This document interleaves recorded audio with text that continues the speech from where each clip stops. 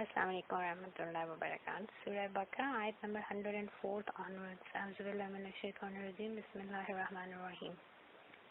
یا ایھا الذین آمنو، اے وہ لوگ جو ایمان لائے. اب قرآن پاک میں دو طرح کے آیات آتی ہیں. ایک وہ ہیں جہاں پہ اللہ تعالیٰ فرماتے ہیں یا ایھا الناس، اے انسانیت ہم آپ سے مخاطب ہیں، اور اللہ تعالیٰ ہیومینٹی کو کچھ لاز دیتے ہیں، کچھ احکامات دیتے ہیں، and they are across the board for every human being.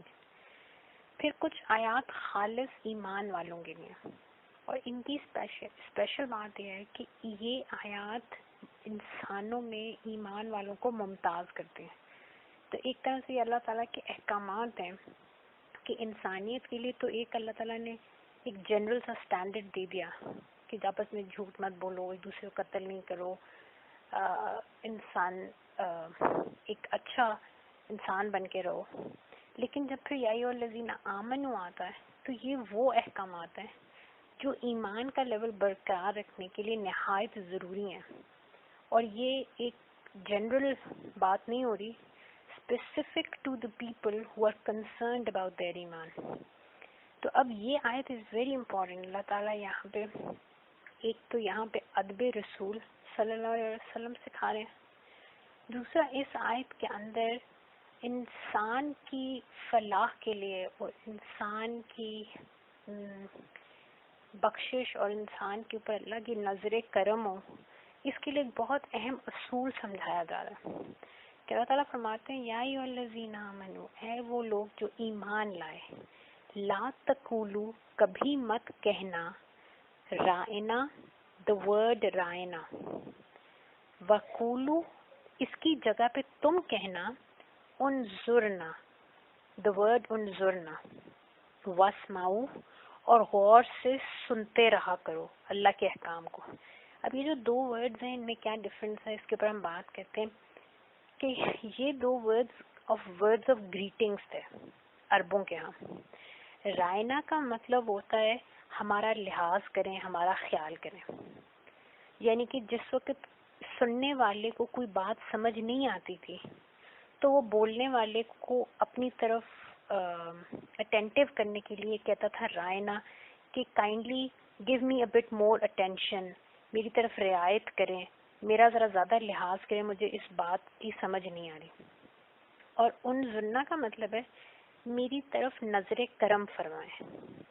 اب عربوں کے ہاں بیکاز یہ دونوں ورڈ بولے جاتے تھے، اور آپ کو پتہ ہے کہ یہود کے بارے میں کیونکہ ابھی ہم بنی اسرائیل کا واقعہ پڑھتے آ رہے ہیں، اور ابھی کچھ آیات پہلے بھی اللہ تعالیٰ فرماتے ہیں کہ یہ وہ لوگ ہیں جن کو اصل مطلب آسمانی کتب کے نہیں پتہ. یہ صرف وہ امی ہیں، یہ وہ جاہل ہیں جن کے پاس کتاب کا علم نہیں. اور میں نے وہاں امی کو بھی ڈیفائن کیا تھا کہ امی ان پڑھ انسان کو نہیں کہتے، اس انسان کو کہتے ہیں جس کے پاس کتاب کا علم نہ ہو. اللہ تعالیٰ فرماتے کہ ایک تو ان میں سے وہ ہیں جو فیبریکیٹڈ ٹرانسلیشنز کو اور فیبریکیٹڈ من پسند ترجموں کو اور من پسند انٹرپریٹیشنز کو فالو کرتے ہیں. دوسرے جو ان کے علماء ہیں ان کے اندر سب سے بڑی منافقت اور ان کے اندر سب سے بڑی بددیانتی کیا ہے کہ وہ جو آیات کا اصل میں مطلب ہوتا ہے اس کو وہ چینج کر کے اپنی پسند کے انٹرپریٹیشنز لوگوں کے سامنے لاتا ہے. تو اسی طرح یہود کیونکہ ان کا کانسٹنٹ کام ہی یہ تھا کہ حق کو باطل کے ساتھ ملا دیتے تھے یا ریپلیس کر دیتے تھے. تو یہود حضور پاک صلی اللہ علیہ وسلم کی بارگاہ میں جب آتے تھے تو ان کے دل میں کیونکہ حسد تھا بہت زیادہ، حضور پاک صلی اللہ علیہ وسلم کے لیے اینیموسٹی تھی. تو وہ اس رائنا کا جو ورڈ ہے رائنا، جس میں یہ نہیں آ رہا این نون الف نا، اس کو وہ رائنا پڑھتے تھے. رائنا کا مطلب ہے او شیپرڈ، اے ہمارے چرواہے. نعوذ باللہ یہ ایک طرح سے وہ ڈیبیسنگ یا ڈیگریڈنگ مینر میں وہ یہ لفظ استعمال کرتے تھے. آپس میں ہنستے تھے کہ ان کو تو پتہ ہی نہیں چل رہا ہم اصل میں کیا کہنا چاہ رہے ہیں. اسی طرح ایک رائنا کا جو پروننسیشن اس میں اس کا مطلب ہوتا ہے احمق، بے وقوف.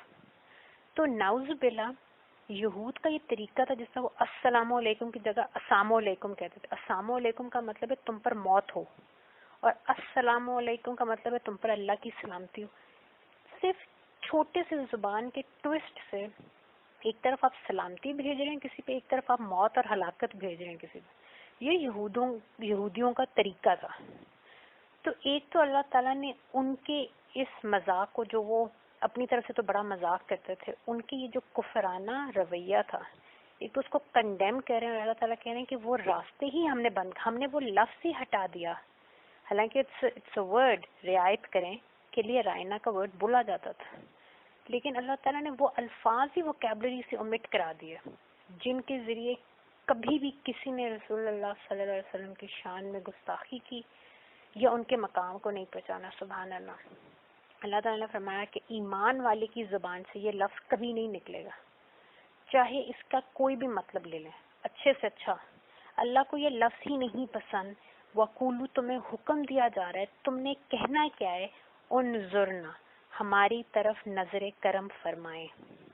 واسمعوا، اور پھر جب حضور صلی اللہ علیہ وسلم تمہیں کوئی احکامات دیں، واسمعوا، اور پھر تم نے غور سے ان باتوں کو سننا ہے. اب انظرنا میں ایک بہت مطلب ڈیپ میننگز ہے. ہم تو یہ کہتے ہیں نا اس کا مطلب ہے نظر کرم فرمائیں، میری طرف نگاہ رحمت کریں. لیکن یہ لفظ کتنا امپورٹنٹ ہے، اس کو اس چیز سے سمجھیں کہ سورہ حجر میں جو کہ 15 سورہ ہے قرآن پاک کی، وہاں پہ ابلیس کا واقعہ اللہ تعالیٰ کوٹ کرتے ہیں اراؤنڈ 24 آیت آنورڈ. اگر کہیں آپ پڑھیں تو وہاں پہ ابلیس کا واقعہ جہاں اللہ تعالیٰ فرماتے ہیں ہم نے آدم علیہ السلام میں جب روح پھونکی تو ہم نے ملائکہ سے کہا کہ ان کو سجدہ کریں. سب نے سجدہ کیا سوائے ابلیس کے، اور اس نے تکبر کیا اور وہ سجدے والوں میں شامل نہیں ہوا. تو اب جب پہلی دفعہ اس نے سجدہ نہیں کیا تو اللہ تعالیٰ نے اسے کیا فرمایا کہ اے ابلیس، کیا چیز تھی جس نے تجھے روکا؟ اس نے آگے سے کہا کہ میں تو افضل چیز سے بنا ہوں، میں تو آگ سے بنا ہوں، میں ایک مٹی کو کیسے سجدہ کروں؟ تو اللہ تعالیٰ نے اس کو کہا کہ میری رحمتوں سے نکل جا، میں نے تیرے اوپر لعنت کر دی قیامت کے لیے، قیامت کے دن تک کے لیے تیرے اوپر لعنت ہو گئی. you're one of the condemned one. میں نے آپ کو بتایا تھا اللہ تعالیٰ جب لعنت کا ورڈ یوز کرتے ہیں تو یہ ہمارے اردو والا لعنت نہیں ہے. لعنہ کا مطلب ہوتا ہے اللہ اپنی رحمت کی چادر جس سے کھینچ لے. اللہ جب اپنی رحمت کسی سے اٹھا لے اس کو لعنت کہتے ہیں. تو وہاں پہ آیت نمبر 36-37 بہت امپورٹنٹ ہے، کیونکہ اگر آپ کبھی قرآن پاک کھول کے سورہ حجر پڑھیں تو اس نے کیا کہا اللہ تعالیٰ سے، کیونکہ دیکھیں بہت بڑا عالم تھا، اللہ نے اس کو ہدایت حکمت دی تھی، اس کے نفس میں ایک منافقت کی بیماری تھی، حسد کی بیماری تھی، اس میں عجب تھا، اپنے آپ کو بہت، اس کو اپنی نیکی کا بڑا گھمنڈ تھا. یہ اس کے اندر برائیاں تھیں لیکن اللہ کی عظمتوں کو پہچانتا تھا، اسی لیے اس کے لیے لفظ مشرک نہیں یوز ہوتا، کافر یوز ہوتا ہے، کیونکہ اس نے ایک دفعہ بھی نہیں کہا کہ مجھے قیامت کا شک ہے. اس نے کہا میں مانتا ہوں قیامت آئے گی، میں مانتا ہوں میرے لیے جہنم کی آگ ہے، میں مانتا ہوں آپ کا حکم توڑنے پہ میں جہنمی ہو گیا ہوں، اب کیونکہ میں بہت زیادہ ہے اس میں. تو اس نے کہا تھا ٹھیک ہے مجھے وہ جہنم بھی قبول ہے، اس کی دشمنی کے لیے میں جینا چاہتا ہوں، میں آپ سے معافی مانگ کے بخشا نہیں جانا چاہتا، استغفر اللہ، بلکہ میں چاہتا ہوں کہ آپ مجھے قیامت تک مہلت دیں اور اس مہلت میں مجھے آپشن دیں کہ میں یہ آپ کے لاڈلے کو ورغلا کے آپ کو پروو کر سکوں کہ یہ بھی میرے جیسا ہی تھا، یہ بھی ڈیزرو نہیں کرتا تھا آپ کی خلافت. تو اس نے وہاں جو الفاظ بولے اس نے کہا رب، اے میرے رب. اللہ تعالیٰ کو اس نے ڈینائی بھی نہیں کیا کہ میرے رب نہیں ہے، مانتا ہے کہ آپ ہی رحمان ہے، رحیم ہے، آپ میرے رب ہے، حالانکہ لعنت ہو گئی ہے، پتہ ہے کہ اللہ نے رحمت اٹھا لی. اب جب اس کو یہ سمجھ آئی کہ رحمت اٹھا لی گئی ہے قیامت تک، تو اس نے اللہ تعالیٰ سے فوراً دعا کیا کی، اور کس مان سے کیوں کہ اس کو پتہ ہے کہ میں لعنتی ہوں، میرے سے رحمت کے پردے اٹھ گئے ہیں، پھر بھی میں دعا مانگوں گا رب سے تو رب مجھے ڈینائی نہیں کرے گا، کیونکہ سبحان اللہ سبحان اللہ سبحان اللہ تو ساری کائنات کا رب ہے، رب العالمین. تو اس نے کہا رب، اے میرے رب، فَأَنذِرْنِي إِلَىٰ يَوْمِ يُبْعَثُونَ، میری طرف نظر کرم فرما دیں صرف اٹھنے کے دن تک، اس کے بعد میں جہنم میں جاؤں. ایک تو ہم پہلے بھی بات کرتے ہیں کہ ابلیس کی اس ڈائلاگ کے اندر اتنی عبرت ہے انسان کے لیے کہ اگر اللہ سے رحمت مانگی ہے اور اتنا مان ہے کہ میرا رب اس لعنت میں بھی مجھ پہ رحم کرے گا اور مجھ پہ نظر کرم فرمائے گا، تو پھر اپنی آخرت کیوں نہیں سنواری اس نے. یہ بہت بڑی عبرت ہے. جب دعا مانگے ہمیشہ کامل دعا مانگے. نعوذ باللہ نعوذ باللہ نعوذ باللہ جس سے مانگ رہے ہیں اس کی بارگاہ میں کسی چیز کی کمی نہیں ہے، وہ پوری چیز دے سکتا ہے. تو اس نے بھی اللہ تعالیٰ سے مہلت مانگی اور کہا کہ مجھے آخرت کے دن تک کے لیے فانظرنی، نظر کرم فرمائے. اب یہ ورڈ انظرنی کا میں سمجھانا ہی چاہ رہی تھی کہ اس کا مطلب یہ ہے کہ انسان کو زندگی میں کیا چیز قائم رکھتی ہے یا کیا چیز اس کو اللہ کی رحمتوں میں رکھتی. اللہ کی نگاہ کرم، اللہ تعالیٰ کی اللہ کی تو سب پہ نظر ہے، لیکن کس پہ وہ نظر کرم کی ہے، وہ کس پہ وہ نظر محبت کی ہے. It makes all the difference. تو لعنتی ہونے کے باوجود ابلیس نے اللہ سے کہا یا اللہ میاں مجھ پہ نظر کرم فرمائے، اور اللہ تعالیٰ نے بھی کہا فَإِنَّكَ مِنَ الْمُنظَرِينَ، جا تو جن کو مہلت دی گئی، جن کو رسپائٹ دیا گیا، جن کو میری نظر کرم ملی، اس جب میں تجھے وہ عطا کرتا ہوں الی یوم الوقت المعلوم، اس آخری دن تک کے لیے. تو یہ جو نظر کرم ہے، اسی لیے آپ دیکھیں کہ دین میں بھی یہ جو نگاہ کا فیض ہے اس کی بہت بڑی اہمیت ہے. کیوں کہتے ہیں نیک لوگوں کی صحبت میں بیٹھیں، جب ان کی نظر ہم پہ پڑتی ہے تو کیونکہ قرآن کہتا ہے کہ یہ جو اللہ کے مومن ہیں یہ اللہ کی عبادت احسان کے درجے میں کرتے رہتے ہیں، مطلب فرض سے بڑھ کے یہ محسنین ہیں. یہ ایسی نفلوں کے ذریعے اپنے رب کا قرب حاصل کرتے ہیں کہ ایک ٹائم آتا اللہ فرماتے ہیں میں ان کا ہاتھ بن جاتا ہوں جن سے یہ کام کرتے ہیں، میں ان کے قدم بن جاتا ہوں جن سے یہ چلتے ہیں، میں ان کی نظر بن جاتا ہوں جس سے یہ دیکھتے ہیں.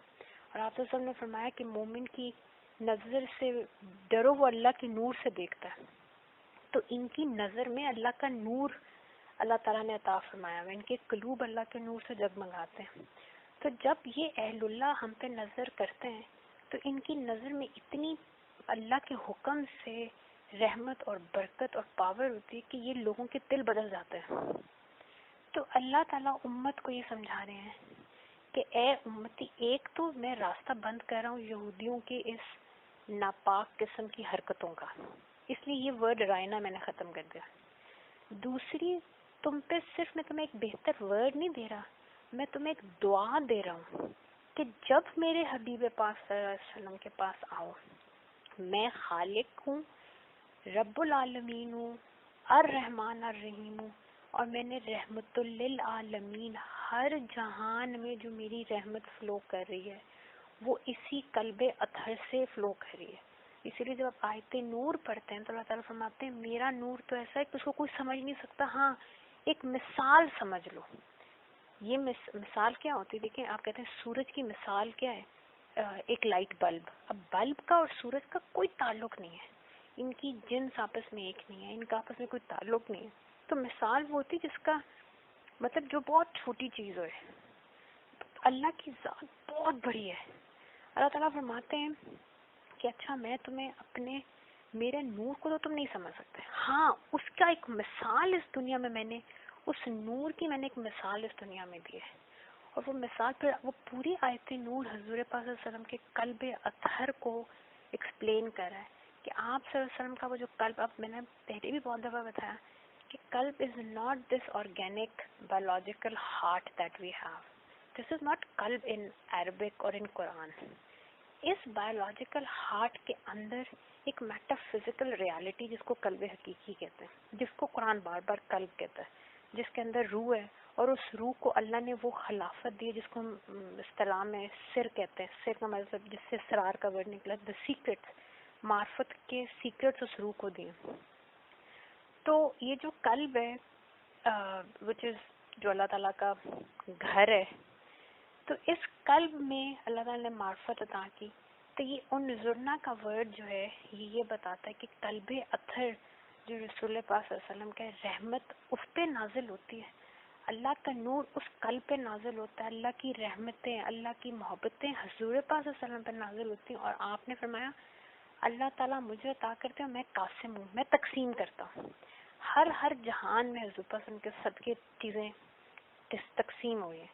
اس لیے ہمیں بتایا گیا کہ یہ دعا جب بھی ان کی بارگاہ میں جاؤ تو ان سے دعا کرو کہ یا حبیب پاک صلی اللہ علیہ وسلم، یا بابا رسول اللہ صلی اللہ علیہ وسلم، ہماری طرف نظر کرم فرمائے. ہم گنہگار ہیں، ہمارے دلوں پہ، ہمارے قلب پہ، ہماری زندگیوں پہ اپنی نظر کرم عطا فرمائے، کیونکہ اس نظر سے فیض جاری ہوتا ہے، رحمت، محبتیں جاری ہوتی ہیں.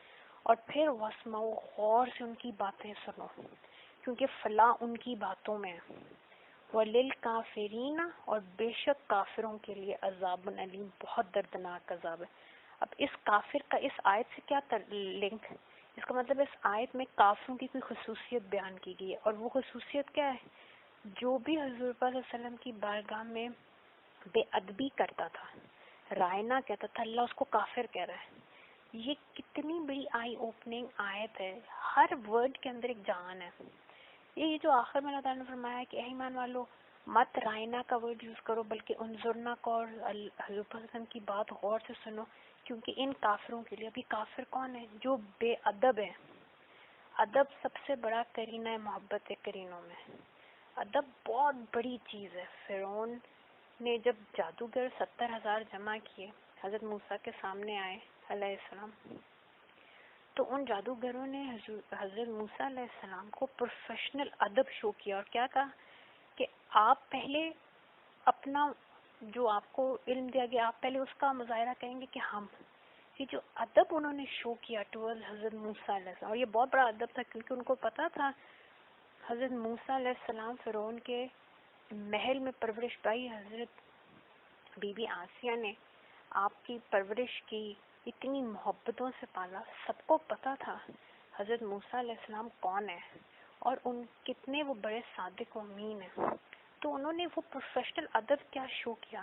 آپ دیکھیں اللہ تعالیٰ نے جب ان کو حق دیا، انہوں نے جب اپنے سامنے وہ حق ہوتے ہوئے وہ اللہ تعالیٰ کی طرف سے جو حق مخلوق بنی اساس سے، اور اس نے ان کے سارے جادو کو ہڑپ کیا، تو نہ صرف وہ حق کو ماننے والے، دیکھ تو باقی لوگ بھی رہتے، فرعون بھی دیکھ رہا تھا، لیکن وہ 70,000 کے 70,000 سجدوں میں گرے. اس ادب پہ اللہ نے ان کو صرف ایمان نہیں دیا، پھر ایسا کامل استقامت دی کہ جب فرعون نے کہا 70,000 کے ہاتھ الٹی سائڈ سے ہاتھ اور ٹانگیں کاٹ دوں گا، انہوں نے کہا کاٹ دو. اس نے کہا سولی پہ چڑھا دوں گا، انہوں نے کہا چڑھا دو. 70,000 سولی پہ چڑھ گئے، ایک نے اف نہیں کی. اور کتنا مشکل ہوگا، جو پہلے والے مارے گئے وہ تو چلیں پہلے مر گئے، اب جن کی باری پیچھے رہتی ہے، اپنے سامنے ایک thousands of human beings سولیاں چڑھتے جا رہے ہیں، وہ انتظار کریں اپنی باریوں کا، اور ایک نے اف نہیں کی. تو اللہ نے یہ استقامت صرف ایمان نہیں دیا، ہدایت نہیں دی، اس پہ ایسا کامل استقامت جو ان کو، اور وہ حضرت موسیٰ علیہ السلام کے اول صحابہ بن گئے. یہ ان کو اللہ نے صرف اس ادب پہ یہ عطا کی، کیونکہ انہوں نے نبی کریم حضرت موسیٰ علیہ السلام کا احترام اور ادب کیا. تو اللہ تعالیٰ فرما رہے ہیں کہ کافر ہیں وہ لوگ جو میرے انبیاء کا اور خاص طور پہ حبیب پاک صلی اللہ علیہ وسلم کا ادب نہیں کرتے. اس لیے آئے کانسٹنٹلی گیو اے ریمائنڈر کہ جب آپ قرآن پاک پڑھیں، جب آپ انبیاء کا، ملائکہ کا، اہل اللہ کا، اہل بیت اطہار رسول پاک صلی اللہ علیہ وسلم کا، صحابہ رسول پاک صلی اللہ علیہ وسلم کا، اور اللہ کے نیک لوگوں کا ذکر کریں، بہت با ادب. There is nothing cool about being بے ادب. یہ نہایت ان کا نام ایسے دھڑلے سے آپ اپنے ماں باپ کا نام نہیں لیتے، امی بابا کہتے ہیں، اپنے بزرگ آباء و اجداد کا نام لیتے ہیں، اتنا عزت سے لیتے ہیں. اور جب یہ اللہ والوں کا، جن کا یہ ہمارے خاندان کے آئے، ان کے کنوں کی خاک بھی نہیں، وہ اتنی عظیم ہستی ہیں، ان کا ادب ہم پہ لازم ہے. اللہ تعالیٰ فرما رہے یہ کافر ہیں جو ادب نہیں کرتے، اور ان کے لیے دردناک عذاب ہے. ما یود الذین کفروا، اور نہیں چاہتے یہ کافر لوگ، اور اب یہ کافر کون ہے؟ من اہل الکتاب، یہ اہل کتاب میں سے بھی ہیں، وَلَا مشرکین، اور یہ مشرکوں میں سے بھی ہیں. یعنی کہتا فرما رہے ہیں کہ بالکل نہیں چاہتے اہل کتاب کے کافر جو اہل کتاب ہوتے ہوئے ڈینائی کرتے ہیں حق کو، اور نہ ہی یہ مشرکین یہ چاہتے ہیں ان ينزل علیکم، کہ تم پہ کبھی کچھ نازل ہو، من خیرن، خیر کے اندر سے کچھ بھی تم پہ نازل ہو، من ربکم، تمہارے رب کی طرف سے. واللہ، لیکن اللہ، یختص کا مطلب ہوتا ہے مخصوص کر لینا.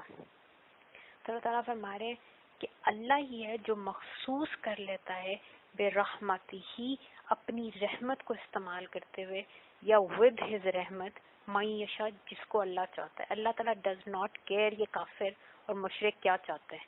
یہ چاہتے ہیں کہ مومنین پہ کوئی خیر نہ کرے، لیکن اللہ اپنی رحمت کے لیے جس کو چاہتا ہے چن لیتا ہے. واللہ بے شک اللہ ذو الفضل العظیم. ذو کا مطلب ہوتا ہے مالک. اللہ مالک ہے الفضل العظیم، دی فضل، جو کامل فضل ہے. یہ کسی عام فضل کی بات نہیں ہونی. اللہ تعالیٰ فرمائے جو کامل فضل ہے، جو عظیم ترین فضل ہے، اللہ اس کا مالک ہے، جس پہ چاہتا ہے یہ فضل اتارتا ہے. اور یہ مومنین کے لیے اللہ نے مخصوص کر دیا یہ اپنی رحمت اور اپنا فضل. ما ننسخ من آیات، جو کچھ منسوخ ہو جاتی ہیں میری آیات میں سے، او یعنی کہ ننسخا یعنی کہ اس حکم کو ہم بھلا دیتے ہیں، ناتی بخیر منہ تو ہم ضرور اس سے بہتر چیز عطا کرتے ہیں، او مثلہ یا اس جیسی کوئی چیز عطا کرتے ہیں. علم تعلم ان اللہ علی کل شیء قدیر، کیا تم نہیں جانتے اللہ ہر چیز پر قادر ہے.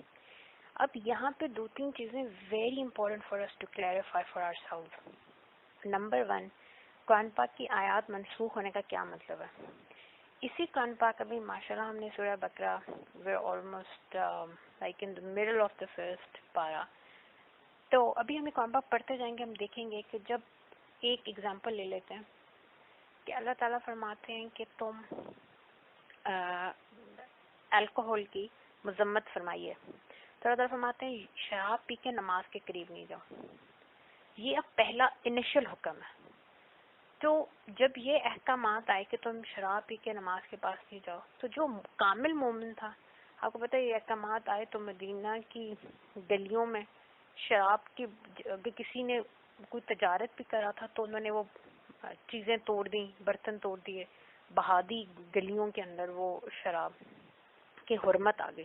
کیونکہ ایک مومن کو پتہ ہے کہ اگر اللہ کہہ رہا ہے میری نماز، اور نماز مومن کی معراج ہے، اللہ سے ملاقات کا وقت ہے نماز، اور اللہ تعالیٰ کہہ رہے ہیں یہ ایسی گندی چیز ہے اس کو پی کے میرے پاس نہ آنا، تو مومن کے اوپر تو ویسے ہی اس سے بڑی قیامت کیا ہوگی کہ اللہ کہہ رہا ہے میری بارگاہ میں نہ ہو. تو انہوں نے اس کو سمجھا. لیکن جو لوگ نئے نئے ریورٹ ہو رہے تھے ان کو ایک آپشن دی جا رہی تھی کہ اچھا ایک دم اوور نائٹ انسان کی فطرت ہے، جن کے اندر کامل ایمان اور استقامت ہے وہ تو ایک دم اللہ کے حکم کے لیے ٹھیک ہو بدل جاتے ہیں. لیکن کچھ لوگوں کو ٹائم لگتا ہے. تو اللہ تعالیٰ نے پہلے فرمایا کہ شراب جو ہے اس کو پی کے نماز کے قریب مت جاؤ، کیونکہ یہ برائی فحش کاموں میں سے ایک کام. یہ پہلے حکم ہے. بعد میں جب اس کی جوئے اور شراب کی اللہ تعالیٰ نے حرمت بیان کر دی کہ یہ دو چیزیں شیطان کے کاموں میں سے. اب بعض لوگ اس پہ بھی ڈیبیٹ کرتے ہیں کہ جی لفظ حرام تو نہیں آیا. اب آپ یہ دیکھیں اس سے بڑا حرام، کیونکہ اللہ تعالیٰ فرماتے ہیں یہی قرآن ہے، اسی قرآن کو پڑھ کے جو ایمان والا ہے نا وہ بخشا جاتا ہے. جو بے ایمان ہے، جس کے دل میں بغض اور حسد ہے، جس کے دل میں منافقت کا مرض ہے، یہی قرآن پڑھتا ہے اور اپنے لیے جہنم کما لیتا ہے. کیا ابلیس اللہ کی آیات نہیں پڑھتا تھا؟ کیا اس کے پاس علم نہیں تھا؟ اس کے اندر ایک بیماری تھی، اس کو سب کچھ پتہ ہے. ابھی میں نے بات کی کہ اس کو پتہ ہے قیامت میں آنا ہے، کوئی شک نہیں اس کو حیات بعد الموت میں. اللہ تعالیٰ سے کہہ رہا ہے ٹھیک ہے وہ سب کچھ، مگر میرے اندر اتنی آگ لگی ہے کہ میں I don't want to be granted your رحمت اٹرنیٹی کے لیے، اتنی دے دیں کہ اس کو ساتھ لے کے میں جہنم میں چلا جاؤں. تو یہ جو ابلیس کا کیریکٹر ہے اس پہ جنت حرام ہے. ٹھیک، ابلیس کے کیریکٹر نے الٹیمیٹلی جہنم میں جانا. اللہ تعالیٰ فرما رہے ہیں شراب اور جوئے کا جو یہ عمل ہے یہ شیطان کے اعمال ہیں. شیطان کے اعمال کا مطلب ہے جس کریکٹر نے جہنم میں جانا ہے اس کا مطلب ہے یہ کریکٹرسٹکس بھی جہنمیوں کے ہیں. تو اس سے بڑی حرمت کی آیت کیا ہوگی کہ اللہ تعالیٰ فرما رہے ہیں کہ یہ ابلیسی کام ہے، ان سے بچو. اس کا مطلب ہے یہ حرام کام ہے. ان سے زیادہ ناپاک کیا ہوگا کہ ابلیس کا کام ہے. تو خیر بتانے والی بات ہے کہ اب جب یہ احکامات آئے کہ ultimately there is know room for شراب ان اسلام، اب وہ والا آپشن نہیں رہا کہ اس کو پی کے تم نے نماز نہیں کے قریب نہیں جانا. صرف اب یہ چیز اللہ تعالیٰ نے اس کی حرمت بیان کر دی. تو اب جو پچھلا حکم ہے وہ منسوخ ہو گیا. اس کا مطلب یہ نہیں کہ منسوخ آیات قرآن پاک میں موجود نہیں ہے. جو کچھ آیات منسوخ بھی ہوئی کیونکہ ایک پروگریشن تھا احکامات کا, تو اللہ تعالیٰ نے پہلے انسان کی عادتوں کو اور اس کی ہیبٹس کو اور اس کی کمزوری کو دیکھتے ہوئے پہلے ڈفرینٹ احکامات دیے. پھر جب کہا کہ ہاں اب ان لوگوں میں اپنی یہ بری عادات چھوڑنے کا یہ لیول آ گیا ہے, تو اللہ تعالیٰ نے پھر ان کے اوپر الٹیمیٹ جو احکامات تھے وہ نازل کیے. تو منسوخ آیات بھی قرآن میں موجود ہیں. They are part of the قرآن پاک اینڈ وی ڈو تلاوت. جب ہم قرآن پاک پڑھتے ہیں ان میں ہم ان کو بھی پڑھتے ہیں. ایسا نہیں کہ وہ قرآن پاک سے نکال دی گئی. یہ بہت امپورٹنٹ چیز ہے. بہت سے لوگ کہتے ہیں کہ یہ وہ آیات ہیں جو آپ صلی اللہ علیہ وسلم نے قرآن پاک میں لکھوائی نہیں, یا نعوذ باللہ آپ صلی اللہ علیہ وسلم بھول گئے. ایسا نہیں ہے. جو صادق و امین پہ اللہ تعالیٰ نے جو کچھ کلام اتارا, اللہ تعالیٰ کے حبیب پاک صلی اللہ علیہ وسلم نے اس کا حق ادا کیا. آپ وہ ساری آیات قرآن پاک میں آپ کو ملتی ہیں. اللہ تعالیٰ یہ کہہ رہے ہیں کہ جب بھی ہم اپنی آیات کو منسوخ کرتے ہیں یا ان احکامات کو بھلوا دیتے ہیں. بھلوانے کا مطلب یہ کہ اب وہ احکامات پریکٹیکل نہیں ہیں, اب ایک ان سے بہتر یا اور ان جیسے احکامات آ چکے ہیں. اور پھر کیوں اللہ تعالیٰ کہتے ہیں کیا تمہیں معلوم نہیں میں ہر چیز پہ قادر ہوں؟ اس کا مطلب یہ کہ میں قادر مطلق ہوں. اللہ تعالیٰ اپنے لکھے ہوئے کا مجبور نہیں ہے. اسی لیے قرآن پاک میں ایک اور جگہ پہ جیسے سورۃ 13، اگر آپ 13 سورہ میں آیت 39 کو پڑھیں تو وہاں پہ اللہ تعالیٰ فرماتے ہیں میں جس چیز کو چاہتا ہوں مٹا دیتا ہوں, جس چیز کو چاہتا ہوں ثابت کر دیتا ہوں. میرے پاس ہی ام الکتاب ہے. یعنی کہ میرے احکامات میں اگر کسی کی تقدیر بھی لکھتا ہوں, میں کوئی حکم بھی دیتا ہوں, میری مرضی میں اس حکم کو بدل دوں, میری مرضی میں اس حکم کو ایز اٹ از نافذ کر دوں. میں قادر مطلق ہوں, میں اپنی بات کا پابند نہیں ہوں. ایسا نہیں ہے کہ میں نے ایک دفعہ کہہ دیا تو اب میں نعوذ باللہ میری قدرت ختم ہوگی کہ میں اس کو بدل نہیں سکتا. میں ہر چیز پہ قادر ہوں. قادر مطلق جو مرضی انسان کو حکم دے. علم تعلم, اور کیا تم نہیں جانتے ان اللہ کے بے شک اللہ ہی ہے لہو ملک السماوات والارض, جس کی بادشاہت ہے, جس کی ملکیت ہے, جس کا حکم چلتا ہے آسمانوں اور زمین میں. وما لکم من دون اللہ من ولی ولا نصیر, اور تم اللہ کے علاوہ من دون اللہ کا مطلب اللہ کو چھوڑ کے تم کبھی بھی اپنا کوئی ولی اور نہ ہی اپنا کوئی نصیر پاؤ گے. اور قرآن پاک میں حضور پر سم کرتا فرماتے ہیں وکفا باللہ ولی وکفا باللہ نصیر, اللہ آپ کا ولی اور نصیر کافی ہے. سبحان اللہ. تو یہ لاز ہیں, یہ اس وقت جو ہمارے سامنے آیات ہیں, یہ اللہ تعالیٰ ایک لا بیان کر رہے ہیں کہ اللہ کے علاوہ کوئی دنیا میں نہ ولی ہے نہ نصیر ہے.